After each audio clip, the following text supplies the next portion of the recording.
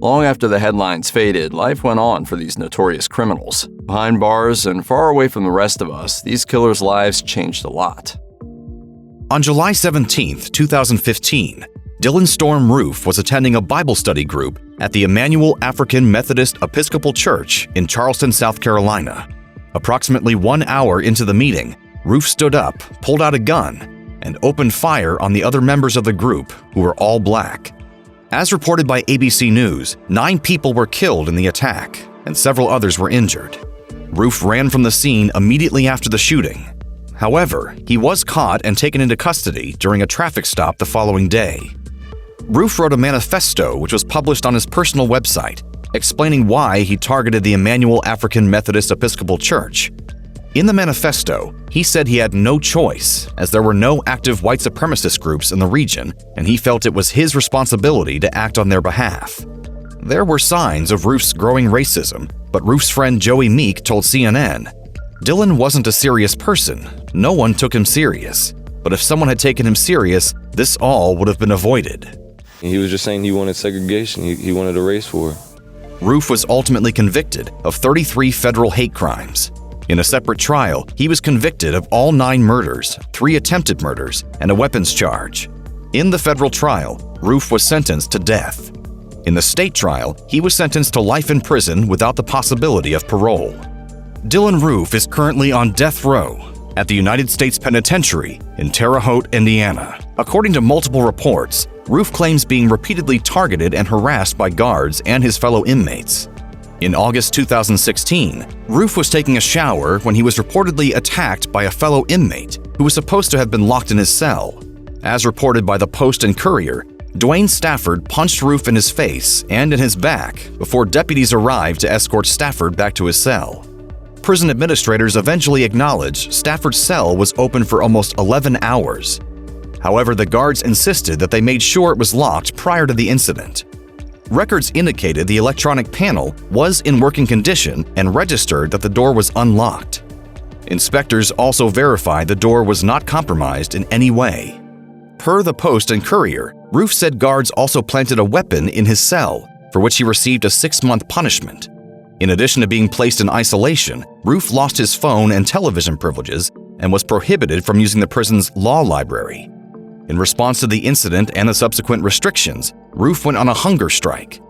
However, according to NBC News, the protest ended a day later after corrections officers forcibly tried to take his blood and insert an IV into his arm, causing him to briefly pass out. Throughout his incarceration, Dylann Roof has kept journals and sent letters to family and friends.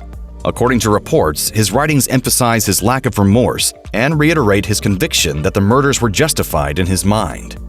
In one particularly chilling journal entry, Roof said he had no sympathy for any of his victims. He did express sympathy for himself, though, saying he was essentially forced to commit murder and is now suffering the consequences of that decision. Videos of Roof's visits with his parents only further underline his lack of empathy for others, with reports suggesting that the inmate openly laughed at his parents' obvious distress and threatened his father. Roof is also reportedly in regular contact with a number of so-called serial killer fanatics with whom he shares his white supremacist views. As reported by the Associated Press, Roof's attorneys filed an appeal in August 2021, but 3 judges with the 4th U.S. Circuit Court of Appeals in Richmond unanimously rejected the appeal, which was filed on the grounds that Roof was incompetent to stand trial. The judges wrote, "No cold record or careful parsing of statutes and precedents can capture the full horror of what Roof did.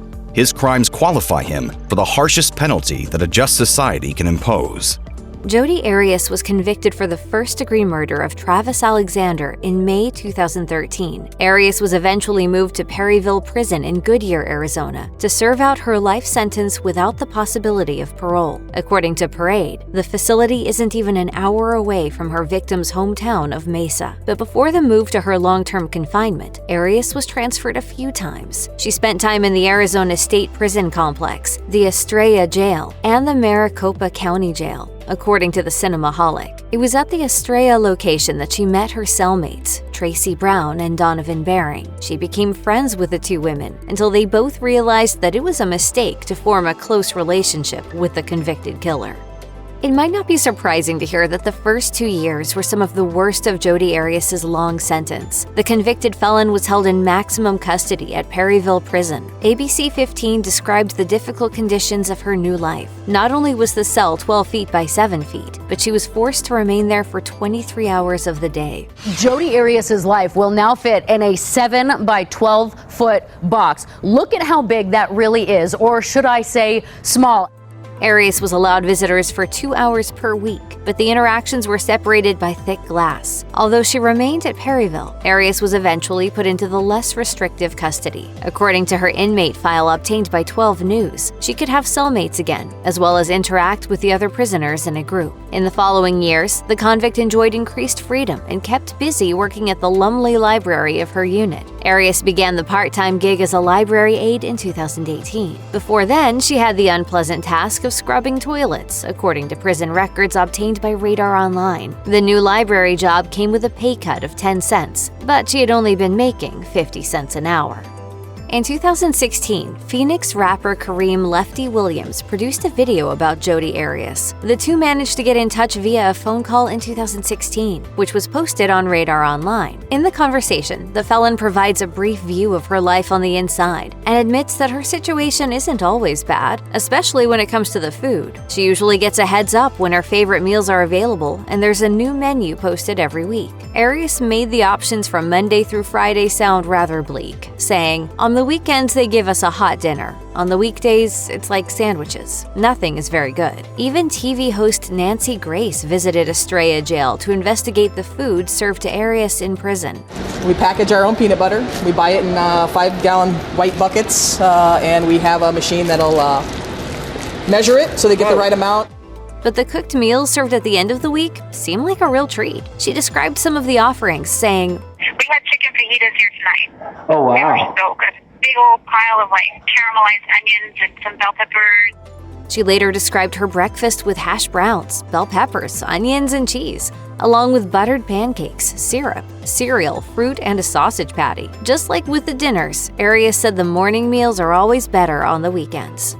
While Jodi Arias may be physically prohibited from leaving the penitentiary, her exposure to the outside world isn't as limited. In her recorded phone call with the rapper Kareem "Lefty" Williams in 2016, the convict revealed she can listen to FM radio stations, plus watch a list of TV channels. The latter include Univision, ABC, CBS, PBS, Fox, BET, CNN, TNT, USA, Lifetime, and A&E. On top of the regular TV channels, Arias mentions that she can also view some digital media, but her overall access to the internet has restrictions. In her recent comments on her website, Arias talks about having her own tablet that has a news app.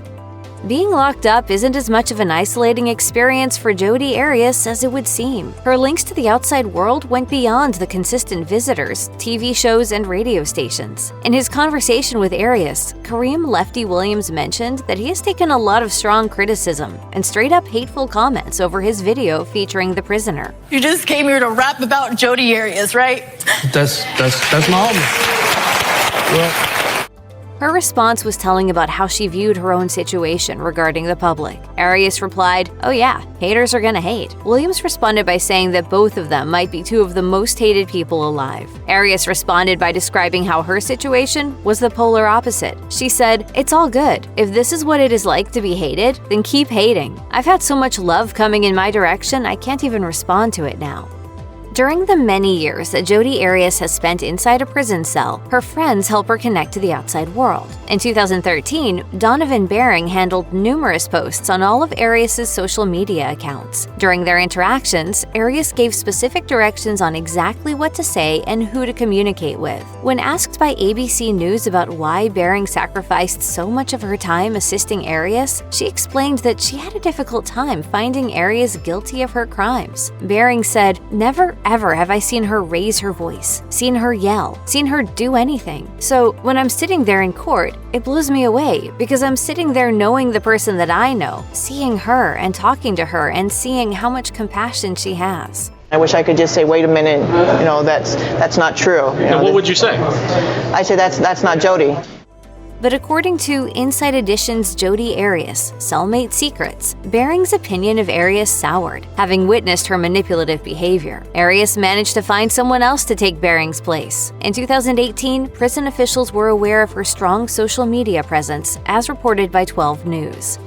Jodi Arias has used the internet and her network of friends outside of prison to sell her artwork on one of her personal websites, Art by Jodi Arias. Arias explains on her website why she began making art, saying, "The act of creating art has been with me since I was old enough to hold a crayon and has remained a part of my life in varying degrees, from mere dabbling to blissful obsession." But she also admitted that her reasoning had to do with struggling while incarcerated. She added, "I often felt hungry in jail, and my family could do little to financially support me, an adult who should have been feeding herself." Paintings and drawings are not the only types of art that Arias has been paid for while behind bars. In an interview with Inside Edition, Arias' former cellmate Tracy Brown gave details on how she worked as a tattoo artist for fellow inmates. Brown has several tattoos that Arias had done for her.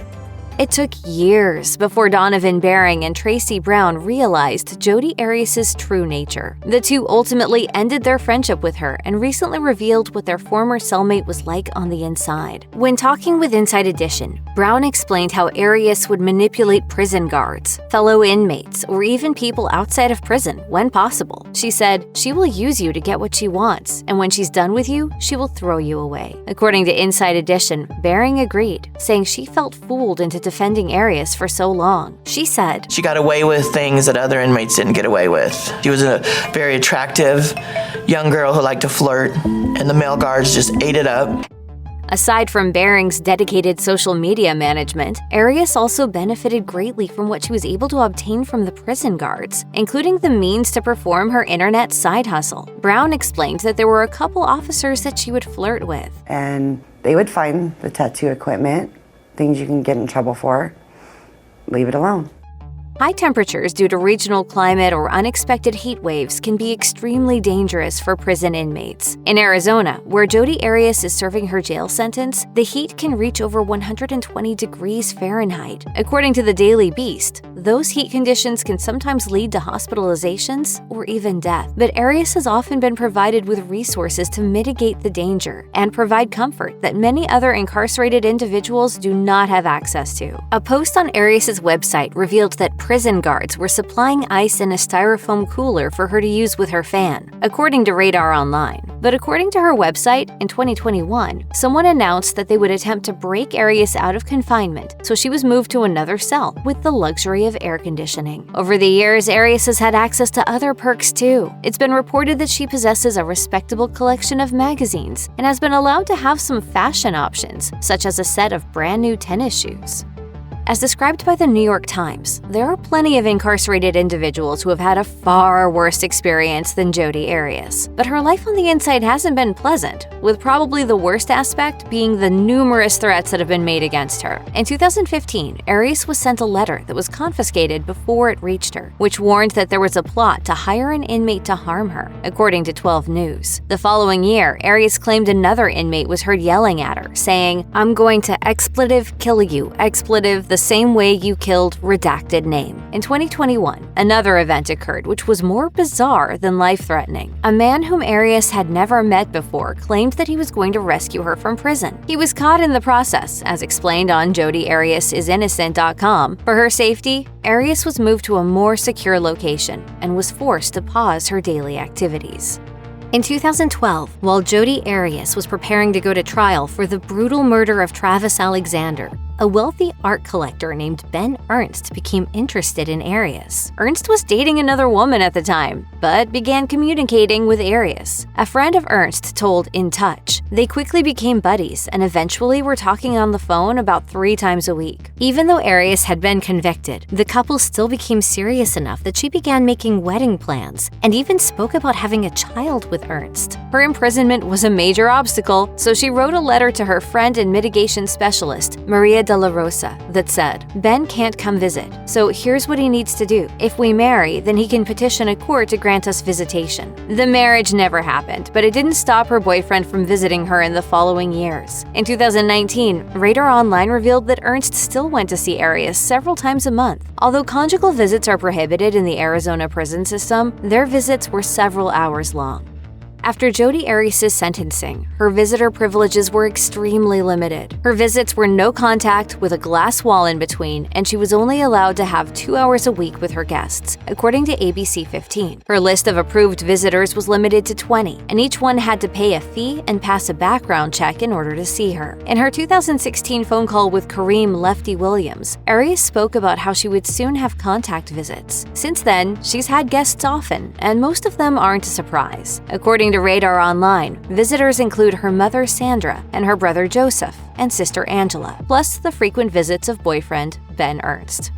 In 2020, reports of misconduct and sexual harassment from prosecutor Juan Martinez led first to his firing and then disbarment in July, according to the Associated Press. Martinez was the attorney in Jodi Arias' trial, so her legal team quickly seized the opportunity and appealed the court's decision. Martinez had revealed the identity of a juror in the case to a blogger he was sleeping with, and Arias' lawyers argued that the judge didn't do enough to control the media coverage. Her lawyer stated that both incidents deprived her of the right to a fair trial. While the Arizona Court of Appeals was critical of Martinez's behavior, and he was eventually disbarred, the ruling made it clear that it had nothing to do with the outcome of Arias' case. The statement read, "We conclude that Arias was convicted based upon the overwhelming evidence of her guilt, not as a result of prosecutorial misconduct. We strongly disapprove of his actions. We are compelled to follow the well-established principle that we do not reverse convictions merely to punish a prosecutor's misdeeds." The failure of the appeal,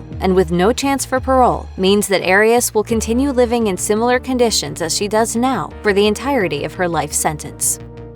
On July 20th, 2012, James Holmes killed 12 people and injured dozens more during a screening of The Dark Knight Rises in one of the worst mass shootings in U.S. history. Holmes was given a life sentence for each of the 12 people he had killed, plus another 3,318 years for those he injured and for the explosives he had wired in his apartment, per CNN. Holmes was subsequently sent to the Colorado State Penitentiary. Reports quickly emerged that Holmes was allegedly being treated unfairly well, with a fellow inmate writing to Westward, "Holmes has been placed in a 16-man pod all by himself. He gets out of his cell 2 hours in the AM and 2 hours in the PM. Whenever he is out of his cell, a guard sits in a chair in front of the pod and watches him." I thought you might be interested to know the amount of resources the Department of Corrections is expending on this dude. The DOC confirmed that Holmes had a whole section to himself, but claimed that the prison was under capacity at the time. They also alleged that Holmes was receiving the same treatment afforded to all prisoners of the same classification. Separated from the rest of the male population, we're told, for his own safety. Colorado Prisons Director Steve Hager told ABC News it had been decided that Holmes should be isolated from every other inmate and only have interactions with prison staff. However, on October 8, 2015, Holmes was leaving a meeting with his case manager when an opened door left him face-to-face with an inmate named Mark Daniels. Daniels, who had been convicted of car theft and forgery, reportedly lunged at Holmes. The confrontation was broken up by officers fairly quickly, with at least one getting hit in the process. Daniels later wrote a letter to a Denver newspaper saying, "I'm so sorry I couldn't wipe him out and sent him packing to Satan's lake of fire. It was just impossible to do by myself with so many cops. I did get him 6 or 7 good ones. He was very scared." Daniels was moved to another area of the prison and lost his privileges. However, according to ABC News, Daniels received letters of congratulations, money, and support as a result of the attack. Then, Daniels made some serious allegations, claiming that some prison guards had been in on the attack, per CBS News. The Colorado Department of Corrections denied the claims, but also revealed that there was no video or photographic record of the incident whatsoever. In December 2015, Reuters reported that James Holmes had been moved to the maximum security San Carlos Correctional Facility on the campus of the Colorado Mental Health Institute in Pueblo. A spokesperson for the Department of Corrections revealed, "He is now in more of a general population setting. It's a normal progression move. San Carlos is a fairly small prison with a capacity of about 255 inmates, and that's because they provide more specialized care. The facility mostly houses inmates with specific requirements and mental health issues, which is in line with Holmes' diagnosis of schizotypal personality disorder, per CNN. And that was the case with my son. Severe case of schizophrenia. However, it wasn't long before Holmes was moved again, and his new location was kept secret for almost 2 years. According to the Washington Post, Holmes had been moved somewhere outside of Colorado, and there was a massive push from survivors, families, and prosecutors to know where he had been taken. In September 2017, it was revealed that Holmes had been transferred to a high-security prison in Pennsylvania. According to Colorado officials, attempts to keep him in-state had failed because Holmes was still considered a high-risk prisoner. As a result, he had been transferred to a federal-level facility at Allenwood. In 2016, a report issued by the Attorney General's office tried to quash claims that Holmes was receiving special treatment, per the Denver Post. Perhaps the most significant confirmation was that Holmes spent his days in solitary confinement, with the document revealing that he was confined to a cell for 23 hours a day. It was also revealed that Holmes could only watch television for 1 hour per day. During that hour, Holmes reportedly had no contact with other inmates, and he wasn't allowed to go outside. The report also explained that Holmes wasn't allowed access to exercise equipment, which is usually a pretty standard right for most inmates. Instead, he was only permitted to do calisthenics, a form of exercise that requires no equipment. A lot of restrictions are placed on physical and electronic mail for inmates. According to the Inmate Handbook issued by USP Allenwood, access to mail and the mailroom is considered a pretty basic right, along with communication with the outside. However, according to the 2016 document released to prosecutors detailing James Holmes' treatment in the then undisclosed location, it seems as though it may be a little different for him, per the Denver Post. The Department of Corrections confirmed that Holmes had no access to email or the internet. It was also revealed that no actual physical mail had been forwarded to him either. Physical interaction is strictly limited for Holmes too. In fact, he reportedly isn't allowed to marry, and he isn't permitted conjugal visits. The Inmate Handbook for USP Allenwood might shed some light on what Holmes' day-to-day life is really like. In particular, the handbook mentions the services and rules that apply to those in special housing, which likely include solitary confinement. Prisoners placed in these conditions are allowed a daily consultation with a member of the prison's medical staff and a full physical examination once a year, which includes an annual screening for tuberculosis. According to the handbook, inmates confined in special housing also have a right to fresh air and outdoor time, correspondence with friends and family, and enrollment in educational programs. However, judging by the report released in 2016, it would seem that some of these rights are off the table for Holmes. However, as details about his life in prison remain scarce, it seems unlikely that Holmes is living the privileged prison life reports once suggested. Colorado man Chris Watts murdered his pregnant wife Shanann and their 2 young daughters, Bella and Celeste, on August 13, 2018. After burying his wife in a shallow grave, he put the bodies of his children inside an oil tanker on a job site where he was employed. At first, he denied any involvement in his young family's disappearance. However, Watts confessed to the murders after being confronted with mounting evidence against him, including footage from a neighbor's security camera that appeared to show him moving the bodies. He pled guilty to all 3 murders and a plea agreement that would allow him to avoid the death sentence. Watts was given 5 life terms without the possibility of parole. Soon after Watts' guilty plea was accepted by the court, he was sent to spend the remainder of his days in a maximum security prison in Colorado. But his stay at this particular institution was short-lived. On December 3, 2018, Watts was transferred to the Dodge Correctional Institution in Waupun, Wisconsin. According to Colorado Department of Corrections spokesperson Mark Fairbairn, he has been moved out of Colorado for security concerns due to him being a high-profile offender. There hasn't been a lot of detail regarding how Watts is being held. Watts probably isn't allowed to mix with the general population. Since he's a high-profile inmate who murdered his children, his safety would be severely compromised around other inmates. Former federal inmate Larry Levine told A&E, "Colorado is a big state, but Watts' crime touched the community on a lot of levels. People who commit crimes against children are the most hated people on the inside. Everybody knows who he is. He was probably getting death threats." It's just earth-shattering. I don't feel like this is even real right now. It's like a nightmare that I just can't wake up from.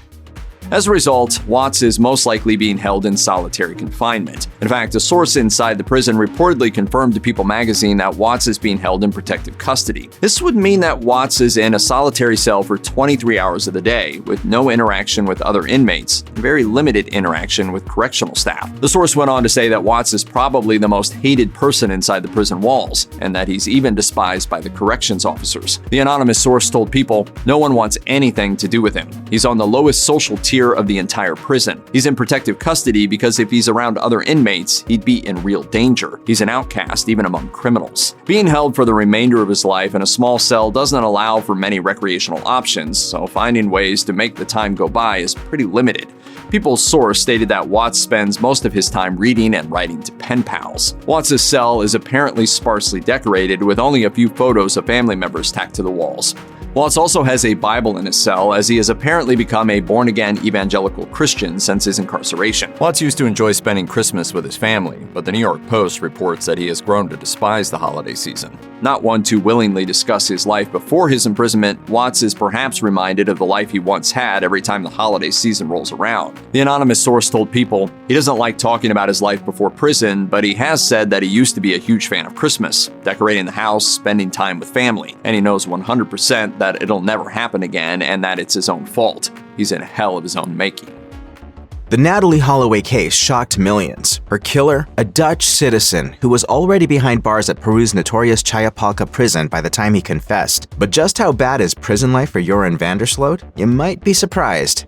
In June 2005, Van Der Sloot was the prime suspect in the disappearance of Natalee Holloway, who vanished from Aruba while on a high school class trip. Her disappearance remained unsolved for more than 18 years. Then, in October 2023, Van Der Sloot finally confessed, admitting to beating the teen to death after she refused his advances, then dumping her body in the ocean. He said that after killing her on the beach in Aruba, he put her into the water, and that was the last that he ever saw her. The confession was part of a plea deal with the U.S. in response to federal charges of wire fraud and extortion. Van Der Sloot had attempted to extort $250,000 from Holloway's family with a promise to tell them where he'd dumped their daughter's body. He couldn't be charged with Holloway's murder because Aruba's 12-year statute of limitations had already passed. He ultimately received a 20-year sentence for the extortion attempt. Van Der Sloot is serving that sentence concurrently with a Peruvian prison sentence for the brutal 2010 murder of Stephanie Flores in Lima, Peru. He met the 21-year-old Flores, a business student from a prominent Peruvian family, at a Lima casino, then strangled and beat her to death in his hotel room. It was 5 years to the day after Holloway went missing. The pain that we're feeling will never go away. Van Der Sloot has been incarcerated since June 2010, when Chilean authorities arrested him after he fled Lima a few days after Flores' murder. After Chile extradited him to Peru, Van Der Sloot pleaded guilty to killing Flores and was sentenced by a 3-judge panel in January 2012. In 2014, the killer married and fathered a daughter, later filing for divorce when he began an affair with a younger woman. As of February 2024, multiple outlets have reported that he receives conjugal visits from 3 different women, including a long-term girlfriend. In April 2024, 2 inmates attacked him in a common area of Chayapalca prison, a maximum security penitentiary in Peru's highlands. He escaped with only minor injuries, but according to an unnamed Peruvian prison official who spoke with the New York Post, many people want him dead. Van Der Sloot has been held at 3 different Peruvian prisons to date. In addition, he spent time in the Hoover City Jail in Alabama during the sentencing process for the charges related to the Holloway case. His lawyers said Van Der Sloot was happy to be in a U.S. jail, even if only for a short time, because the conditions in the Peruvian prison system were, quote, horrific. Among the Peruvian prisons where he's served times are Miguel Castro Prison in Lima, Piedras Gordas Prison, and Chayapalca Prison. Prison officials have moved Van Der Sloot amid allegations that he has received special treatment, including having internet access and a cell phone. He told me at one time that he could play online gambling. He has a cell phone for a while. He called me. The prisoner's current home at Chayapalca Prison is likely the worst to date. Besides being overcrowded and filthy, Chayapalca is isolated high in the Andes Mountains, which is one reason why a report by the humanitarian organization Amnesty International claims the prisoners there may be suffering cruel, inhuman, and degrading treatment. Laci Peterson was 8 months pregnant when she went missing from the home she shared with her husband Scott Peterson in Modesto, California on December 24, 2002. Her body and the body of her unborn son, whom she'd planned to name Connor, washed up on the shores of the San Francisco Bay 4 months later. Scott Peterson was convicted of killing his pregnant wife in 2004 and subsequently sentenced to death row. In 2020, though, that conviction was overturned by the state Supreme Court because several jurors who expressed their objections to capital punishment were dismissed from the original case. In late 2021, however, a California judge resentenced Peterson to life in prison without the possibility of parole, while another judge sentenced him to 15 years to life for killing his unborn son. Those sentences are to be served simultaneously, according to NBC News. Peterson maintains his innocence, and his defense claims Lacey and Connor were killed when they interrupted a robbery. Even though he will not be executed at this point, Scott Peterson may spend the rest of his life behind bars. Here's what that life is like. A media frenzy surrounded the search for Lacey Peterson, particularly after it became public knowledge that Scott Peterson had been cheating on his wife. That attention only intensified after the bodies were found. Possibly because of this infamy, Scott Peterson received numerous letters from female admirers while in prison, who sometimes even sent him checks for his commissary account. In a 2012 interview with Fox News, reporters asked San Quentin State Prison spokesperson Samuel Robinson about those letters he received from admirers and whether or not Peterson continues to receive them, to which Robinson responded, quote, "Not as much as he initially received." Robinson did say, however, that Peterson was still confined to his cell for 19 hours per day, was allowed 6 cubic feet of personal property within the cell, didn't have access to email, had never had a job assignment while in prison, did not take any classes, had never been disciplined for egregious behavior, and got along well with other inmates and prison staff. Chillingly, the only decoration in Scott Peterson's small San Quentin cell is a picture of him and Lacey smiling. He's otherwise allowed 5 hours per day in the prison yard where he exercises and plays basketball. He even plays cards with fellow inmates, according to spokesperson Samuel Robinson. He also typed and mailed hard copies of entries to be posted on the blog set up by his family, and he is frequently visited by friends and relatives. Per NBC News, Peterson's defense claims 7 of the original jurors from the 2004 trial hid evidence related to their own domestic violence experiences that would have otherwise presented a conflict in the jury selection process, accusing one juror in particular, Rachel Neese, of prejudicial misconduct when she failed to disclose that she had sought a restraining order for her boyfriend over fears for her personal safety and the well-being of her unborn child. Neese denies that this experience had any effect on her ruling in the case. As for Lacey Peterson's mother, Sharon Rocha, she remains confident Peterson is guilty of killing both her daughter and her unborn grandson. With that pending, Sharon Rocha directed her closing words to the man convicted of killing her daughter. Rocha told Peterson, "I've seen no sorrow or no remorse from you at all. I know you're going to say you have no remorse because you're innocent, but you haven't shown any grief or sorrow for either of them. I still feel the grief every day after 19 years. Lacey and Connor will always be dead, and you will always be their murderer." On July 22, 1991, authorities in Milwaukee were led to the apartment of Jeffrey Dahmer by a man who escaped after being held captive there. Immediately upon arrival, authorities noted a foul odor inside the apartment. On further inspection, they found crates full of chemicals, a drawer full of macabre Polaroid photos, and numerous body parts, including 5 severed heads. Dahmer was ultimately charged and convicted of 15 counts of first-degree murder and subsequently sentenced to 15 life terms, which were to be served consecutively. I hope you can deal with what you've done. Dahmer arrived at the Columbia Correctional Institution in Portage, Wisconsin in February 1992. Due to the heinous nature of his crimes, Dahmer's case gained international attention. Therefore, in the interest of his own safety, he was placed in protective custody and held in isolation. Dahmer was also kept in shackles whenever he was out of his cell. After serving for a year, Dahmer asked prison officials to reconsider their decision to keep him in protective custody. As he had been cooperative and did not have any major infractions, he was moved out of the isolation cell and into a unit for prisoners with emotional and mental health difficulties. In this new unit, Dahmer had the freedom to interact with others. In addition to sharing mealtime, he was allowed to attend classes and sign up for work duties. Although some of the activities were not supervised, Dahmer appeared to get along with everyone. Dahmer also began spending time with prison minister Roy Ratcliffe. Ratcliffe claimed Dahmer expressed sincere remorse for the crimes he committed, even suggesting he should have been put to death as punishment. Dahmer also began taking a Bible correspondence course. It was mailed to him by Kurt Booth, who was a member of Oklahoma's Crescent Church of Christ. Booth learned about Dahmer while watching news coverage about his trial. In an interview which Booth saw on television, Dahmer proclaimed that he just wanted to find a little peace. Booth said he could tell the convicted killer was hurting and sent him the course material because he wanted to help Dahmer find peace through religion. After completing the course, Dahmer expressed an interest in being baptized. However, the prison did not have a formal baptismal tank, and nobody seemed willing to bring one in. Booth eventually got in touch with Roy Ratcliffe, and they arranged for the baptism to take place in the prison's whirlpool bathtub.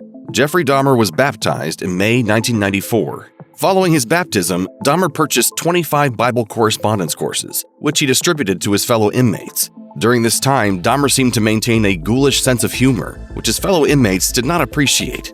For example, Dahmer routinely made jokes about cannibalism, molded his food to resemble body parts, and routinely warned guards and his fellow inmates that he may bite them. This behavior had deadly consequences. On November 28, 1994, Dahmer and 2 inmates, Jesse Anderson and Christopher Scarver, were cleaning the restrooms in the prison's gym. The 3 men were alone inside the restroom for approximately 20 minutes. When the guards returned, they found Anderson and Dahmer badly beaten. Both men ultimately died as a result of the wounds inflicted by Scarver. Scarver later said he had been unnerved by Dahmer's behavior, including his habit of making his food look like dismembered bodies. Scarver also claimed that Dahmer crossed the line with a number of people in the facility, both staff and prisoners. Referring to Dahmer, he said, "Some people who are in prison are repentant, but he was not one of them."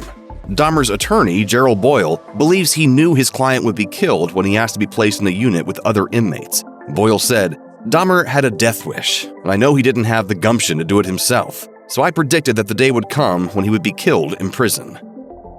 In the mid-1980s, residents of Southern California were terrorized by the Night Stalker, a serial killer who was eventually revealed to be one Richard Ramirez. It's unknown just how many people Ramirez tortured, assaulted, and killed, as several unsolved cases may have had something to do with him. For instance, in 2009, DNA evidence connected him to a particularly brutal cold case, according to the Los Angeles Times. The remains of a little girl named Mei Leung were discovered on April 10, 1984, and it wasn't until decades later that Ramirez was finally identified as her killer. By the time he was captured, Ramirez would kill at least 14 people, and he would also be connected to a series of horrifying sexual assaults. His trial wrapped up with a unanimous decision. Ramirez was found guilty on all 43 charges against him. He was handed the death penalty and sentenced to death 19 times over. As he waited for his execution to be carried out and for his appeals to go through, Ramirez was held at California's San Quentin State Prison. Ramirez spent the rest of his life on death row. In 2013, he died, but not in the gas chamber, as he was sentenced to. The official cause of his death was complications from B-cell lymphoma. By all accounts, Richard Ramirez was no less of a monster behind bars. He wasn't exactly the model prisoner. Lieutenant Sam Robinson, a spokesperson for San Quentin, revealed that Ramirez would regularly perform sexual acts in front of visitors and guards. According to Robinson, Ramirez had a tendency to expose himself in front of children. In fact, after a 2004 incident involving a young girl who was visiting another prisoner, Ramirez's interactions with other people were severely restricted.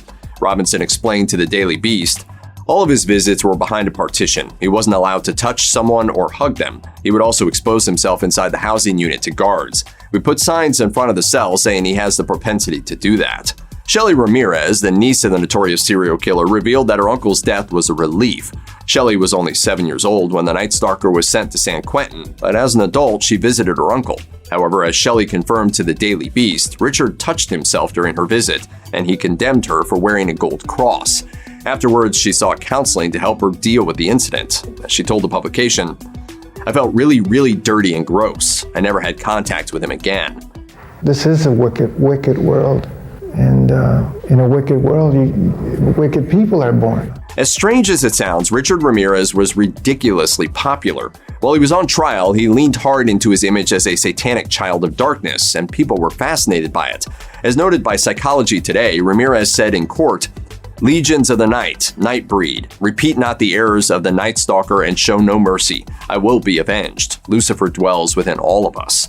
I'll see you in Disneyland. Ramirez's gruesome celebrity only continued after he was convicted. He spent a lot of his prison time responding to his fan mail and corresponding with the scores of people who wrote to him.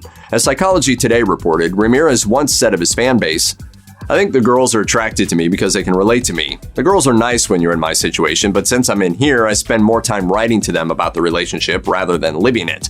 But there are good friendships formed nevertheless. When Ramirez died in 2013, a San Quentin spokesperson told NBC that the Night Stalker received more fan mail than any other inmate on death row. Photos taken of Richard Ramirez just after his arrest are drastically different from those taken later in his life, and that's because he had his teeth fixed. Ramirez had missing and decaying teeth for some time, which were mentioned repeatedly by victims who often described the man who had attacked them. Police knew early on that they were looking for someone who had shaggy black hair and terrible teeth. Ramirez's teeth were instrumental in catching him too, when a trip to the dentist put him in the area where the murders took place. However, later pictures of Ramirez showed him sporting some newly pearly whites, and they reportedly took a lot of work.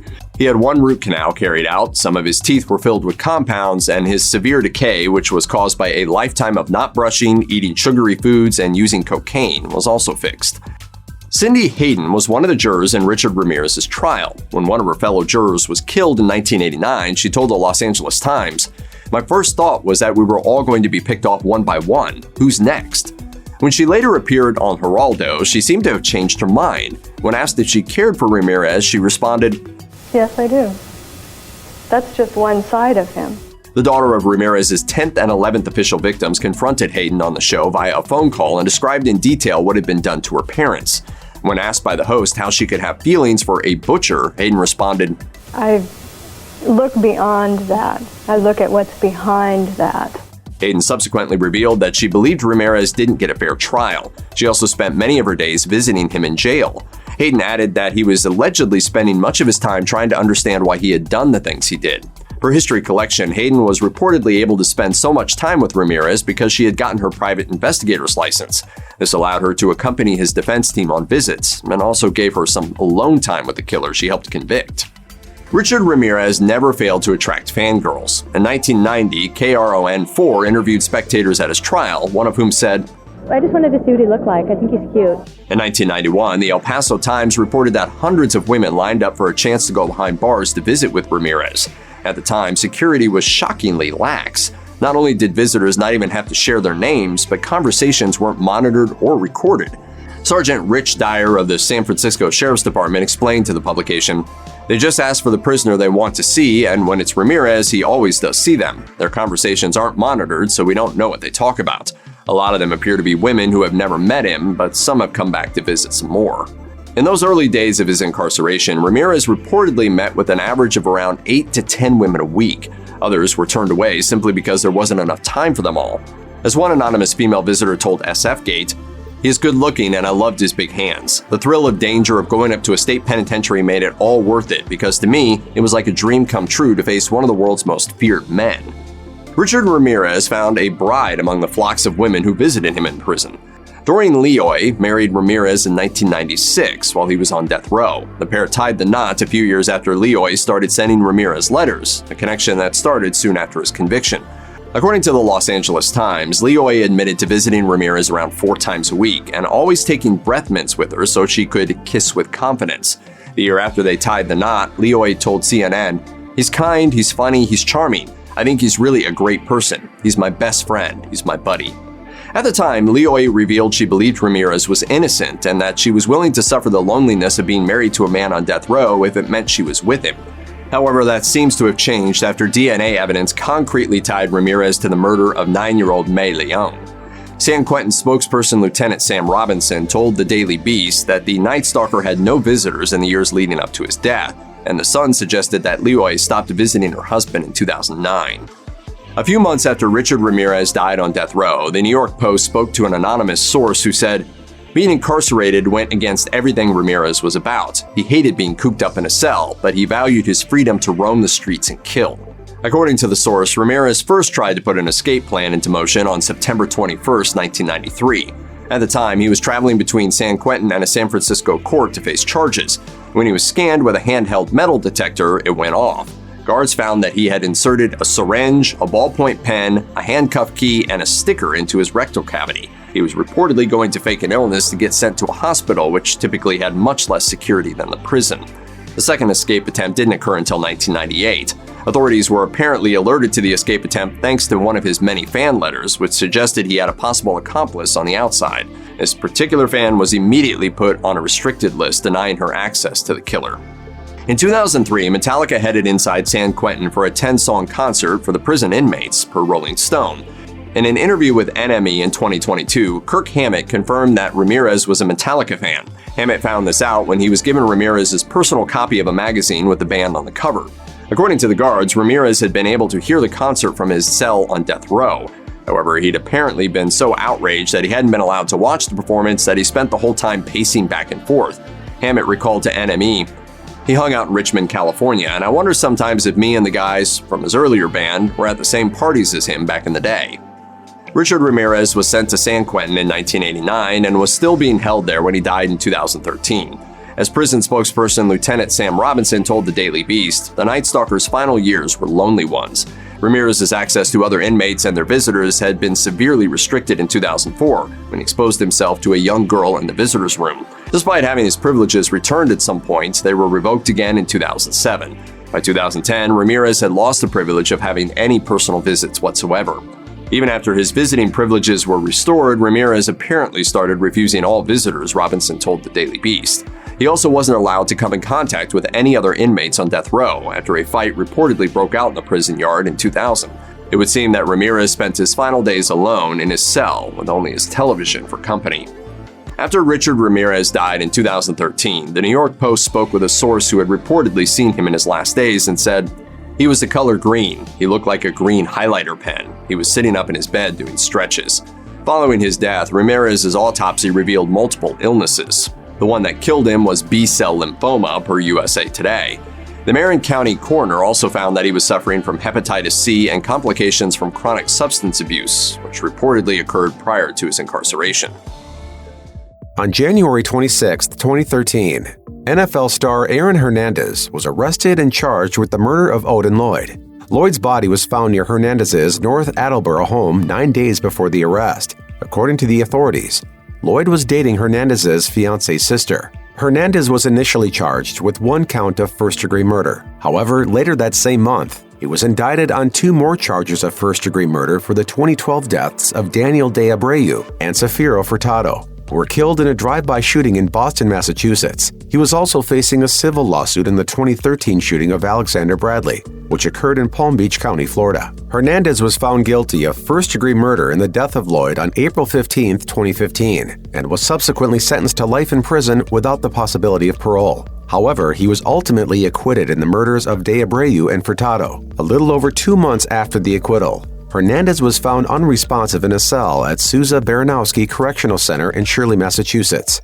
On September 21, 2017, authorities determined the former football star died by suicide around 4 a.m. Prior to his first trial, Hernandez was incarcerated at the Bristol County, Massachusetts House of Corrections for more than 18 months. As reported by ABC News, Bristol County Sheriff Thomas Hodgson said Hernandez used his charm to manipulate the guards to, quote, give him more than what they otherwise could get. Sheriff Hodgson said Aaron Hernandez specifically tried to get the guards to give him more sandwiches and other foods. However, they were all instructed to avoid giving the former football player any special treatment. During his time at Bristol County, Hernandez was prohibited from watching television, listening to the radio, or reading newspapers. My philosophy is if you come to prison, we're not going to use taxpayers' money to have you distract yourself away from the things you should be focusing on. ABC News reports this was particularly distressing for Hernandez, as he was unable to follow his former NFL team, which made it to the Super Bowl in 2015. Jail records suggest Hernandez also struggled with adjusting to the rules, interacting with his fellow inmates, and feelings of isolation. Yahoo Sports reports Hernandez was involved in 12 separate incidents, for which he received a total of 21 disciplinary citations while he was housed at the Bristol County Jail. There were 2 inmates involved in an altercation. One of them was Aaron Hernandez. Following his conviction in the death of Odin Lloyd, Hernandez was transferred to the Sousa Baranowski Correctional Center, where he was assigned to a single inmate cell. It has been suggested that Hernandez became affiliated with the Bloodstreet Gang shortly after he arrived at the Sousa Baranowski Correctional Center. ABC News reports he got a new tattoo, which prison officials identified as referencing the gang. Hernandez was also involved in a physical altercation with another inmate. which authorities believe was gang-related. Hernandez accumulated 78 disciplinary offenses during his time at the Sousa Baranowski Correctional Center, which stemmed from 12 separate incidents. The incidents Aaron Hernandez was involved in included fighting, possession of a makeshift weapon, smoking, and getting unauthorized tattoos. Hernandez also received a citation for using another inmate's car to make a phone call, which is prohibited. As reported by CNN, he was also cited for having a curtain hanging from the top bunk and another blocking the doorway to his cell, which violated the cell decorum rules. Despite the sheer number of disciplinary citations he received, Yahoo Sports reports Hernandez's fellow inmates said he generally kept to himself. However, he continued to struggle with adjusting to life in prison. According to incident reports and other prison documents, Hernandez was frustrated that his mail was opened and read before he received it. He was also discouraged by the number of body cavity and cell searches, which he felt were an invasion of his privacy. During his time at the Sousa Baranowski Correctional Center, officials said Hernandez became increasingly frustrated and angry. As reported by Yahoo Sports, he would routinely shout and kick his cell door to get the guards' attention. Less than 1 year after his initial citation for violating the cell decorum rules, guards found a sheet hanging in front of Hernandez's cell door once again. When he failed to respond to their commands to remove the sheet, the guards went inside the cell and found Hernandez unresponsive. Aaron Hernandez was declared dead by suicide in the early morning hours of April 19, 2017. The so-called Golden State Killer, also known as the East Area Rapist, terrorized California throughout the 1970s and 80s. By the time the notorious serial killer was caught in 2018, he was 72 years old. Joseph James D'Angelo Jr., a former police officer, confessed to the crimes he'd been connected to with DNA, ultimately pleading guilty to 13 murders and 13 kidnappings. Investigators say that DNA was then plugged into the genealogy website. If the statute of limitations hadn't expired, there would have been another 42 rapes, along with 161 additional counts of crimes like robbery, burglary, and attempted murder, per the Los Angeles Times. Despite his extensive crimes, D'Angelo didn't face the death penalty. Of this decision, Orange County District Attorney Todd Spitzer said via the Los Angeles Times, "What's so frustrating is that if anyone is the poster child for the death penalty, it's D'Angelo. Instead, D'Angelo was handed consecutive life sentences without parole." According to NBC News, the death penalty had been taken off the table in exchange for D'Angelo's confession. Prosecutors noted that getting D'Angelo to admit to the crimes was incredibly important, especially for survivors and family members of the victims. D'Angelo's age was also a consideration when it came to the death penalty. Given that D'Angelo was 74 years old at trial and it could take a whopping 30 to 35 years to go from trial to execution, it was likely he would die from old age on death row. Instead, it was decided that what life he had left would be spent behind bars, and families would get some much-needed closure. Neighbors seemed shocked when Joseph James D'Angelo Jr. was arrested at his home in April 2018. According to ABC News, he was taken into custody while law enforcement searched his house, looking for some of the items stolen from victims over the years. Neighbors say D'Angelo was an average suburban homeowner. Shortly after his arrest, Sacramento County Sheriff Scott Jones confirmed that D'Angelo was being held at the county jail in a psychiatric ward, per CBS News. Jones also added that D'Angelo was being kept under strict supervision, as he had also been put on suicide watch. More than 2 years had passed when it was reported that D'Angelo had entered his guilty plea with the courts, shedding a little more light on what had been going on behind closed doors. It transpired that D'Angelo blamed his crimes on an inner voice that he named Jerry. In an interrogation room following his arrest, D'Angelo reportedly said, per CBS News, "I didn't have the strength to push him out. He made me. He went with me. It was like in my head. I mean, he's a part of me. I didn't want to do those things. I pushed Jerry out and had a happy life. I did all those things. I destroyed all their lives. So now I've got to pay the price. And I'm truly sorry." When 74-year-old Joseph James D'Angelo Jr. appeared in court, the elderly man was visibly frail, using a wheelchair, and reportedly seemed weak and confused. As a result, many found it hard to believe that he was accused of some of the most horrific crimes in Californian history. According to retired Contra Costa County District Attorney investigator Paul Holmes, D'Angelo often appeared catatonic while being questioned by police. However, according to Holmes, the Golden State Killer was putting on an act. Holmes explained per Oxygen, "Don't believe this guy that you see being wheeled into court. That's not who he is. He's the ultimate tactician, and his defense strategy is going to try and minimize what's going to happen to him." I've listened to all your statements. Holmes also went on to describe D'Angelo as fit and active, something the killer's neighbors substantiated, SFGate reported. After his conviction, the DA's office released some of the video footage of D'Angelo in his cell. Interestingly, it shows him doing things like exercising and climbing on furniture to reach things, which is far different from the image he presented in court. When Joseph James DeAngelo Jr. was handed a sentence of life behind bars, victims and their families appealed to the courts to have him locked away in a dark, distant place. Despite being united in the request, it was ultimately up to the state's corrections department to evaluate the Golden State Killer and decide where he should be incarcerated. Factors such as his age, notoriety, medical and mental health requirements, and the need for safety all impacted the decision. However, the decision regarding which prison would house DeAngelo took some time. In particular, the COVID-19 pandemic delayed matters and meant that the murderer was initially held in Sacramento County. At the time he was sentenced, the state had put to halt all transfers in hopes of stopping the spread of the virus through prison systems. It wasn't until November 2020, approximately 2.5 months after his sentencing, that DeAngelo was moved to North Kern State Prison, KCRA-NBC reported. However, that wasn't his final destination, but instead a reception center responsible for holding inmates while the final housing decisions were made. Early in February 2021, it was reported that Joseph James DeAngelo Jr. had been transferred to Corcoran State Prison. He was not, however, going to be housed with the prison's general population. KALW Public Radio got a rare inside look at the prison in 2013. At the time, it was home to around 12,000 inmates, making up half of the town's 24,000-person population. DeAngelo was set to be kept in a very small section inside the larger prison, called the Protective Housing Unit. It was revealed that the small unit contains approximately 20 cells. The unit is specifically for those deemed too notorious to live in the general population of the prison and who might become targets, or those who have committed particularly horrifying crimes. As an example, Charles Manson spent some time there. As revealed by KALW Public Radio's 2013 visit to Corcoran State Prison, the Protective Housing Unit where DeAngelo lives isn't easy to access. In fact, it's necessary to go through a series of gates, fences, barbed wire fences, more gates, and hallways with security cameras to reach the unit. Then, people must proceed to the Security Housing Unit, which is where the inmates deemed too dangerous to be allowed near others are kept.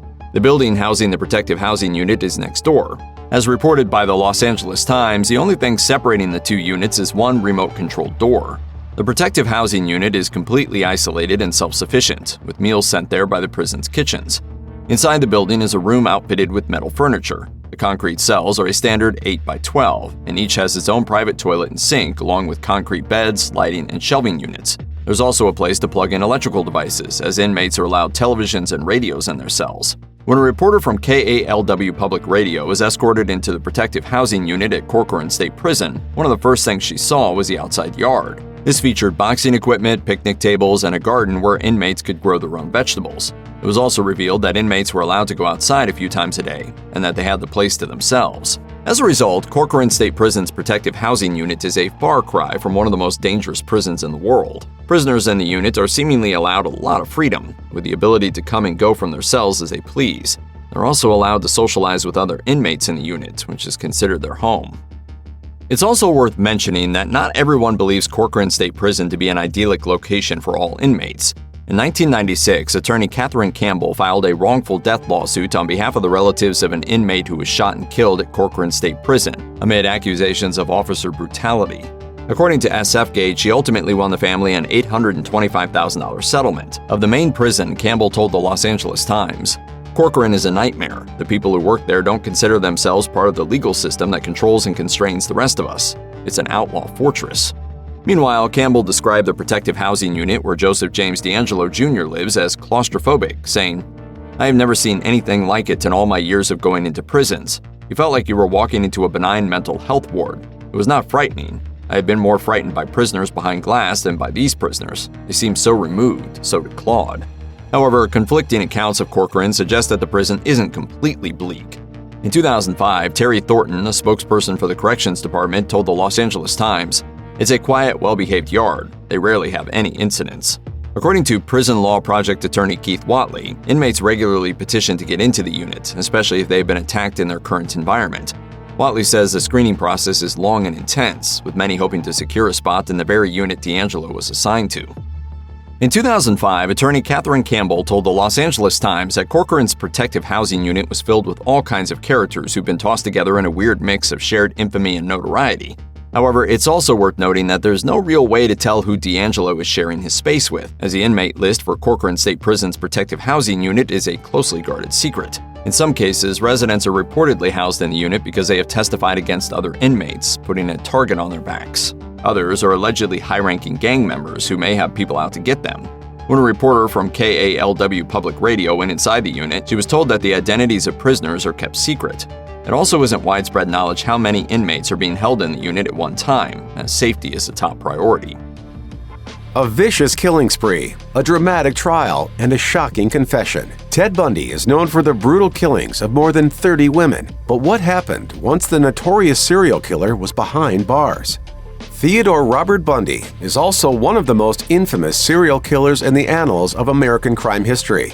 Although he admitted to murdering at least 36 women during a multi-state killing spree in the 1970s, experts believe he may have actually killed 100 or more. The former law school student would often lure his victims into death by pretending to be injured and using a cast, sling, or crutches. When his infamous and manipulative charm failed him, he would pose as a police officer or firefighter. Bundy was first arrested in 1975 after a high-speed chase by Highway Patrol Officer Bob Hayward. In 1976, he was convicted and sentenced to 15 years in prison for the attempted kidnapping of an 18-year-old from Salt Lake City, Utah in 1974. He made his first prison escape during a transfer from Utah to Colorado in 1977, but was soon recaptured. However, he had more success with his next escape attempt, which was also in 1977. Bundy made it to Tallahassee, Florida, where he went on another murder spree, killing 2 women at a sorority house near Florida State University and later a 12-year-old girl. He was arrested for the final time in 1978 and indicted on murder charges. Ultimately, he was convicted in 1979 and sentenced to death by electrocution the same year. I'm not guilty. During his years on death row, Ted Bundy received frequent visits from his wife, Carol Ann Boone. Bundy and Boone met while they were working at the Washington State Department of Emergency Services. At the time, they were both in relationships with other people. They eventually lost touch, but in 1977, they reconnected while Bundy was in jail in Utah. As the relationship blossomed, Boone moved to Florida to attend Bundy's trial for the murder of his 12-year-old victim, Kimberly Leach. Boone testified for Bundy as a character witness. In fact, Bundy and Boone got married in court during his trial, as she believed he was innocent. Will you marry me? Yes. And I do hereby marry you. Boone said that the guards allowed them to have sex, and she eventually became pregnant and gave birth to Rose Bundy in 1981, all while Bundy was on death row. I don't think that Ted belongs in jail. But as his execution date came closer, Bundy began to open up about his crimes. This prompted Boone to divorce him in 1986, as she realized that he was, in fact, not innocent. Bundy told FBI Special Agent Bill Hagmaier that he killed 30 people in 7 states between 1973 and 1978. I deserve certainly the most extreme punishment society has. At first, it seemed that Ted Bundy's time in prison did not affect him, but A&E reports that he spent his final night in prison in tears appealing to God. In an interview with psychologist and religious broadcaster James Dobson on the last night of his life, Bundy said that he took responsibility for his brutal crimes. Moreover, he prayed with a Methodist minister. In the hours before his death, Esquire reports that Bundy called his mother twice. At the end of the second call, she told Bundy, "You'll always be my precious son." According to A&E, he was given a final meal of steak, eggs, toast, and hash browns. He did not eat it. With this, a prison spokesperson noted, it appeared that he was accepting the finality of the situation. On January 24, 1989, Bundy made his way into the death chamber. He reportedly looked scared and apprehensive. An article from the Los Angeles Times notes that 42 people watched as he was placed into the electric chair. Once he was strapped in, he looked at his attorney and minister and said, "Jim and Fred, I'd like you to give my love to my family and friends." The Los Angeles Times writes that Bundy was then electrocuted with 2,000 volts of electricity. By 7:16 a.m., Ted Bundy was dead. Bundy was executed before an atmosphere that was almost circus-like. Bundy was then cremated, and his ashes were scattered over the Cascade Mountains. Necrophilia, cannibalism, and a desire to be caught. Ed Kemper did some heinous things to earn his incarceration, and now he doesn't want to leave prison. Edmund Kemper, also known as the Co-Ed Killer, is one of the most famous serial killers in the United States. He was arrested in April 1973 after killing his mother and her best friend, but he left a trail of victims behind him. The notorious killer is now serving a life sentence at the California Medical Facility and became crucial in the FBI's understanding of serial killers. Kemper has become significant in pop culture, appearing in Netflix's Mindhunter and inspiring the character Buffalo Bill in Silence of the Lambs.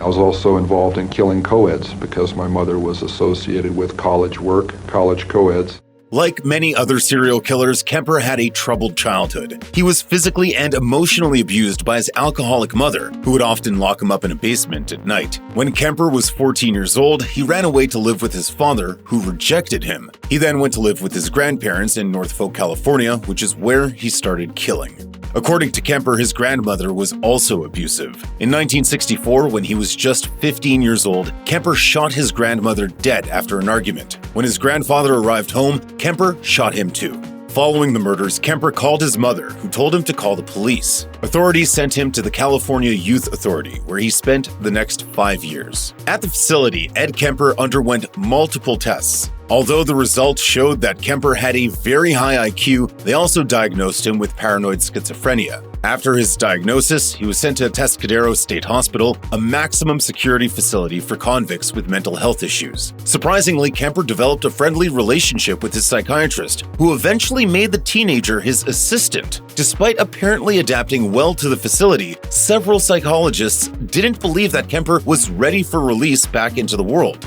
Nevertheless, on December 18, 1969, which was his 21st birthday, Kemper was released from the facility to live with his mother. Kemper was massive. It's no surprise that some people began calling him Big Ed. Between 1972 and 1973, Kemper killed 6 female students while they were hitchhiking. Kemper allegedly said, "When I see a pretty girl walking down the street, I think 2 things. One part of me wants to take her home, be real nice and treat her right. The other part wonders what her head would look like on a stick." Kemper murdered his victims in many different ways, including shooting, stabbing, and strangling. The vicious killer would also have sex with the bodies of his victims and would often decapitate them and keep their heads as trophies. In April 1973, Ed Kemper killed his mother while she was sleeping and raped the body. Later, he invited his mother's best friend over and strangled her as well. Afterwards, Kemper fled. However, he reportedly became upset when he didn't hear about his crimes on the radio. To satiate his appetite for the spotlight, he called the police and confessed to the murders. After being arrested, the serial killer gave details about the crimes, which included necrophilia and cannibalism. During his trial, he pleaded insanity and asked for the death penalty. In November 1973, Kemper was sentenced to life in prison. Surprisingly, while serving his sentence, Kemper helped the FBI to catch other serial killers. During the 1970s, researchers and police didn't know much about the inner workings of serial murderers. The FBI launched a pioneer project that involved visiting prisons to talk to dangerous criminals and understand their minds. In fact, Netflix's Mindhunter, which is based on real events, recreated some of the FBI's interviews with Kemper. Brianna Fox, a former FBI agent and researcher at the Bureau's Behavioral Science Unit, revealed to A&E, he was able to provide a lot of insights as to why these offenders commit these crimes. FBI agents were able to identify some common characteristics and backgrounds among serial killers we normally would not have known about. Kemper is serving his sentence at California Medical Facility in Vacaville, and he reportedly doesn't want to live a normal life. His attorney said in 2007, per the New York Post, his feeling is that he, and this is his belief, no one's ever going to let him out, and he's just happy. He's just as happy going about his life in prison. The Green River Killer murders sent waves of fear throughout the state of Washington during the 1980s and 1990s, and Gary Ridgway didn't fit the profile of most serial killers. For instance, he was married, had a child from a previous marriage, and was gainfully employed. But throughout each of his 3 marriages, he reportedly developed an insatiable sexual desire, which, along with his intense religious convictions, led him to hate sex workers. When first arrested, Ridgway steadfastly denied having anything to do with the Green River Killer murder spree. It was years before investigators were able to link him to the death of a sex worker using his DNA. He's been locked away since being charged in 2001. But if prosecutors hadn't struck a deal with Ridgway, he might not be alive today. A plea bargain will allow Ridgway to spend the rest of his life in prison. Confronted with extensive evidence, Ridgway was given a choice. He could either take his chances at trial, where prosecutors would seek the death penalty, or he could plead guilty in exchange for his life being spared. He changed his mind about fighting the charges and took the deal. Ridgway ultimately pleaded guilty to the murders of 48 women and girls, nearly all of them sex workers or runaways. In exchange for his guilty plea, Ridgway was given 48 consecutive life sentences without the possibility of parole. But that wasn't the end of it, as Ridgway's victims continued to be found after his initial trial. Upon pleading guilty, Ridgway was transferred to the Washington State Penitentiary in Walla Walla, Washington. In ordinary circumstances, this would typically mean sharing a small cell with another inmate. However, when cellmates are chosen by the administration, specific criteria are taken into consideration, such as an inmate's criminal history, physical and mental health needs, and work assignments per the Washington State Department of Corrections. The prison will not allow an inmate to select a cellmate, but will consider changes if someone has an issue. Recreation time is given to inmates daily. They are fed in a mess hall, and they have the opportunity to work at various locations around the prison. This work is based on their ability, criminal history, and the level of trust they've earned with the administration. While prison life is hard, there are opportunities for work and limited recreation that help to keep a person's mental health intact, along with the ability to socialize with other prisoners. Even in the most restrictive sense, human interaction is a key component to maintaining sanity. However, Ridgway reportedly doesn't get to experience a typical prison life. Ridgway was big news nationally when he was brought to trial. After all, authorities had been trying to solve the Green River murders for over a decade, so Ridgway's arrest, trial, and sentencing made him a household name in the Pacific Northwest. Because of this, Ridgway was easily noticed in the prison system, and his notoriety made him a target for other inmates. Prison documents later revealed that because he was a target, his days would be numbered if he were to be left in the general population, per the Seattle Times. To spare Ridgway from being attacked and possibly killed by his fellow inmates, he was placed in restrictive custody. A&E reported that he is most likely still in this type of prison custody today, isolated in a cell by himself most of the day with little to no interaction with other inmates. According to the Washington State Department of Corrections, there are more than 150 inmates at the prison in Walla Walla in max custody. While some are placed there for posing substantial risks to other inmates and staff, some are placed in this type of housing to protect them from others. While it's unknown if he participates, Ridgway would be encouraged to enroll in programs offered to max inmates, allowing him to have carefully supervised interactions with other prisoners. Chess and creative writing are just some of the programs on offer to inmates, along with therapeutic classes on anger management and wellness, for example. Inmates also have the opportunity to pursue adult education. Despite the ability to take part in these programs, the majority of a person's time is still spent in solitary confinement. For that reason, officials transferred Ridgway to a federal max prison in Colorado in May 2015. As he wasn't widely known in the area, he could become part of the general population and not be constantly isolated, per Seattle Times. In a move that cost nearly $20,000, Ridgway was transferred to Colorado, and a private plane was chartered to fly him there. However, members of the general public in Washington were outraged that the Green River Killer was getting a better life in prison than many thought he deserved. After all, he had taken dozens of innocent lives, and many felt that he should have been sentenced to death. Law enforcement in particular was reportedly outraged, citing their need to have access to Ridgway as he was still a suspect in multiple unsolved murders. In the end, Ridgway's stint in Colorado was a short one, upon insistence of law enforcement in Washington. In September 2015, he was flown back to Walla Walla, where he remains to this day. According to Ridgway, he lost track of the number of women and girls he killed. Britannica reported that he stated in 2013 that he had probably killed more than 80 people, even though he was initially convicted of 48 murders. Ridgway was seemingly bent on killing as many sex workers as possible, claiming a hatred of prostitutes as his primary motive. Women had control over me, and I don't like being controlled. In December 2010, teens discovered the remains of Becky Marrero, a sex worker who had last been seen alive in 1982. Her body was discovered close to where another of Ridgway's victims was found. Authorities immediately tied him to Marrero's murder, hoping to close a missing persons case that was nearly 30 years old. In court, Ridgway pleaded guilty to the murder and received an additional life sentence. It's currently unclear how many more of Ridgway's victims remain undiscovered. The BTK Killer has spent nearly 20 years behind bars. So what's prison life like for him? From watching Spanish TV to playing chess through the mail, here's how the notorious serial killer spends his days.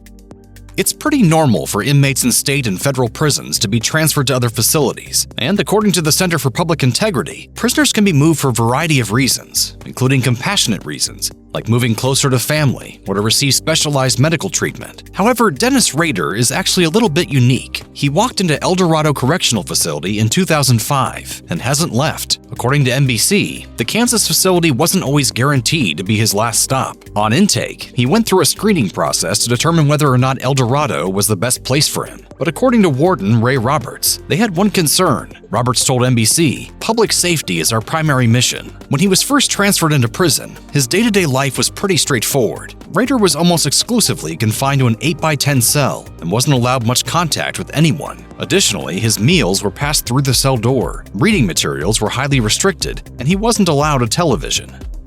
When Dennis Rader was initially sentenced, the judge took into account the prosecution's recommendations, which were particularly concerned about allowing him to relive fantasies. Apparently, Rader had previously been doing this via photos of himself and the victims. The judge ruled that as part of his sentence, it was forbidden for him to possess images of humans or animals, even if they were drawings. Just a year into his sentence, though, things had changed. Rader had apparently been a model prisoner. So much so that initial restrictions were lifted in a major way. That included restrictions on drawing, which became just one of the perks he was allowed as a reward for good behavior. Rader was also given permission to have a television and a radio in his cell, and given greater access to reading materials. The move was widely condemned by the prosecution team that had worked on the case, and the families of his victims. Rader's defense team suggested that allowing him these basic perks was simply a matter of humane treatment, adding that complete isolation could be more damaging in the long run.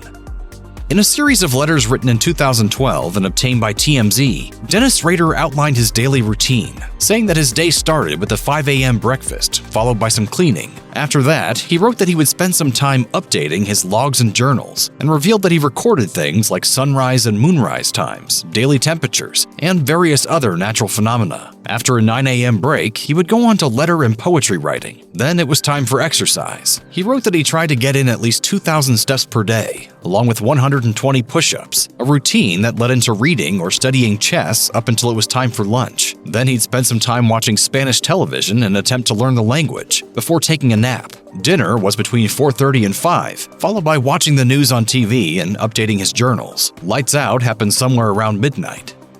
In letters written in 2012, Dennis Rader responded to earlier questions about what sort of thoughts occupy most of his time in prison. He wrote, "Probably my family. Miss them dearly. Not a minute goes by each day that I'm not thinking of them." Rader's daughter, Carrie Rawson, has said that she knows her father thinks of her regularly. She has letters from him that never stopped coming. From their initial back and forth to a period of years where he continued to write to her. She explained to ABC, "I wasn't corresponding with BTK. I'm never corresponding with BTK. I'm talking to my father." The content in the letters varies. In some, Rader apologized for ruining holidays for their family. In others, he asked her to publish a book of his artwork. With the 2019 release of her own memoir, Rawson told Esquire, "He still doesn't understand why my family hasn't visited or called, or why we aren't more just like the way we were. Early on, I felt like I would get to a point where I would be able to let him back more into my life, but it hasn't." I'd do anything to not be the daughter of a serial killer, but I am. In his letters from 2012, Rader wrote about his hobbies, which included keeping track of Wall Street stocks, as well as the prices of silver and gold. In addition, he also ran what he called a fantasy business, which involved rentals and land management. Rader also talks about studying chess in his letters, and revealed that he had several chess-by-mail games going with various people he was corresponding with. In one letter, he also wrote a bit about his taste in fiction, saying that he was in the middle of reading Stieg Larsson's The Girl with the Dragon Tattoo. In 2012, Dennis Rader wrote a letter saying that he'd gotten a rare trip outside on the way to visit the dentist. He described it by writing, "A kaleidoscope of colors, sky, fresh air, sun rays, sounds, birds, natures, flowers, inmates' garden. Enjoy each minute. Those that are out each day take so much for granted." He went on to ask the recipient of the letter if they lived in an apartment, and whether or not they had a place to do some gardening outside, asking, "If you live where you can grow outdoor plants, grow a sunflower for me, our state flower. This fall, the birds will love you for the seeds." In another letter, he shared one of the things he missed the most about being outdoors, grilling steaks, and told the recipient that the summer solstice was coming up. He instructed them to pick a building and note the position of the sun, then return on the same day in the following year to see if it was the same. In 2014, it was announced that Dennis Rader was cooperating with Dr. Catherine Ramsland to write a book about his murders. In a letter, Rader stressed that he wasn't going to profit, saying, "People like me need to be understood, so the criminal professional field can better understand the criminal mind." That book was Confessions of a Serial Killer, and Ramsland later spoke with Rolling Stone to detail some of the things she'd learned and how they had spent their 6 years of communication. Ramsland said that although they spoke through letters and over the phone, it wasn't straightforward at all. She said he had created what he called a codex, which was a 14-page packet of seemingly miscellaneous documents marked with a series of clues she had to decode. She told Rolling Stone, "This collection of writings and clippings offered a glimpse into Rader's mind. It was his way of retaining control, playing word games with curious guards and feeling as if he were still important enough to hide his secrets." The fact that I was willing to play the game helped him to trust me. Life behind bars isn't as isolated from the outside as it might seem, and in a 2012 letter, Dennis Rader wrote about some of the current events that he'd been keeping up on. One of the things he commented on was Facebook stocks hitting Wall Street. He also mentioned the Occupy Wall Street movement in one of his letters. Rader included notes on world events in his journals, and wrote that a part of his daily schedule included watching shows like PBS World News. In 2019, Dennis Rader reached out to the Daily Mail in a 5-page letter that revealed some fascinating things about his life in the El Dorado Correctional Facility. He started out by saying that the colorful half-circle drawing at the top of the letter, divided into sections and labeled El Caverna, was a reference to his jail cell. Rader added that he had people who kept in touch with him on a regular basis, and that he was particularly fond of the close friends who sent letters and bought him books. He wrote to the outlet, "I call them my cave family. Been here 13 years and 190 days as I write. After a while, you just get tired of the same thing day after day, but keeping busy helps, also changing one's routine." Not all interaction with the outside was good, though, and Rader added that he also kept track of people he called vipers. These people, he wrote, were the ones who struck up a pseudo-friendship in hopes of getting memorabilia, which they then put up for sale. He wrote, "Vipers are people that make money off inmates getting their letters, art, poetry, and things they give to them. I have now about 42 of them listed, but as I age, downsize, there will be more viper activity. They couldn't wait until I pass away." In his 2019 correspondence to the Daily Mail, Rader claimed that if he hadn't been caught, he had one more kill planned. He called her a retirement victim and said that she would have been his 11th. However, there's a theory that's not the case at all. According to Dr. Catherine Ramsland, her years-long correspondence with Rader left her thinking there was a precedent for him not telling the truth. Fast forward to 2023. On little more than a hunch and some curiosity that was kickstarted by the realization that BTK's hunting ground wasn't far from his own territory, Oklahoma Sheriff Eddie Verdon arranged a 3-hour interview with Dennis Rader. One thing in particular stuck out, and that was Rader's admission that one of the fantasies he had never fulfilled was killing a girl he kidnapped from a laundromat. It was such a specific thing that Verdon was able to tentatively link him to 2 more cold cases, including the disappearance and murder of a 16-year-old girl named Cynthia Kinney. Kinney disappeared from a laundromat, and the theory was deemed to have enough credibility that his property was searched again in hopes of turning up new evidence. Rader denied he was involved and said that although he enjoyed meeting with the officers, he wasn't thrilled that his cell was searched. He told KZRG, "Everything that I had wrote on or kept was gone." Later that day, 1 box was returned with no reason why.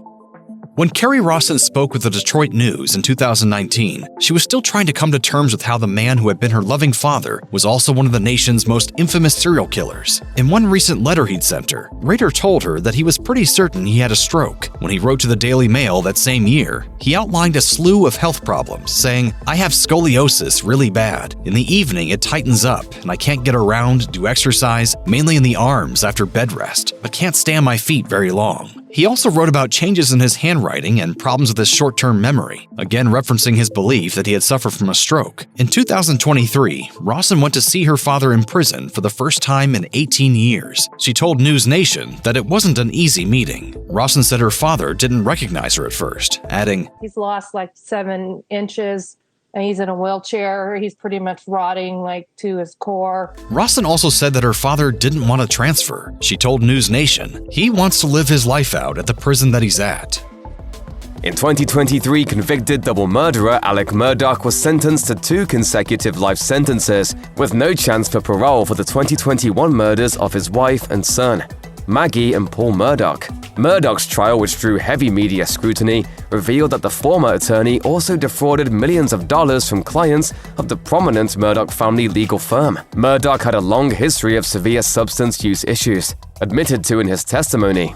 He pleaded not guilty to both murder charges, and his conviction and subsequent life sentences have both been appealed. It was quick, and we figured being a quick verdict, we thought right away he would be guilty. It's kind of a shock.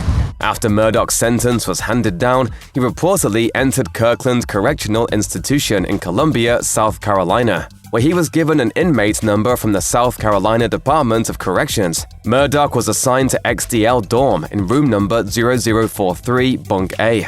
At prisons like Kirkland, cells are made from concrete with only a steel bed, toilet, and sink for prisoners to use. Once on site, Murdaugh was at Kirkland for 45 days at maximum for a period of evaluation. In early March, South Carolina Department of Corrections Communications Director Christy Shane told Greenville News that after processing, he would likely be moved to another maximum security prison, presumably one of 4 such facilities besides Kirkland in the state. Indeed, reporting from Greenville News claims that Murdaugh's period of evaluation at Kirkland had finished by late March 2023, and he was assigned to another long-term prison location. The notoriety surrounding the Alec Murdaugh murder case greatly affected the convicted double murder's life at the Kirkland Correctional Institution.